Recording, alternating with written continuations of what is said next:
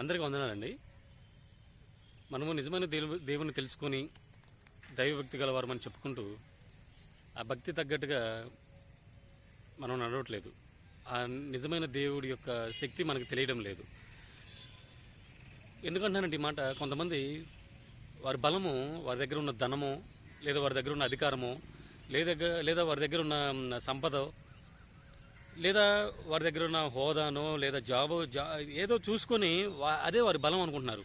లేదా కొంతమంది ఏమో నా ఫ్యామిలీని చూసుకున్నాం, లేదా నా అన్నను చూసుకున్నాం, తమ్ముడిని చూసుకున్నాం, లేదా ఒక ఎమ్మెల్యేను, నాకు తెలిసినవాడు ఎమ్మెల్యే అయితే, లేదా నాకు తెలిసినవాడు ఎంపీ అయితే, నాకు తెలిసినవాడు సీఎం అయితే, వాడికి ఎంత బలమో వాడే నా బలం అనుకునే ఫీలింగ్లోకి వెళ్ళిపోతాడు. ప్రతి దేవుని బిడ్డలారా మనం అలా ఉండకూడదు. మన దేవుడే మనకి బలం కావాలి.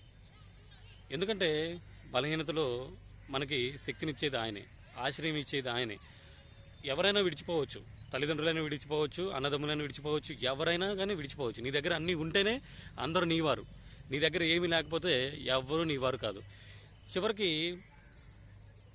భార్య అయినా పిల్లలైనా నీ దగ్గర ఏదైనా ఉంటేనే, లేదా నువ్వు ఏదైనా చేస్తేనే, నువ్వు ఏదైనా సంపాదిస్తేనే. కాబట్టి ప్రియ దేవుని బిడ్డలారా, మన దేవుడే మనకు బలం కావాలి. ఆ దేవుని ఆశ్రయించండి, ఆ దేవుని యొక్క బలమును ఆశ్రయించండి. సర్వశక్తిమంతుడైన ఆ దేవుని యొక్క ఔన్నత్యాన్ని తెలుసుకోండి. అందరికీ వందనములు.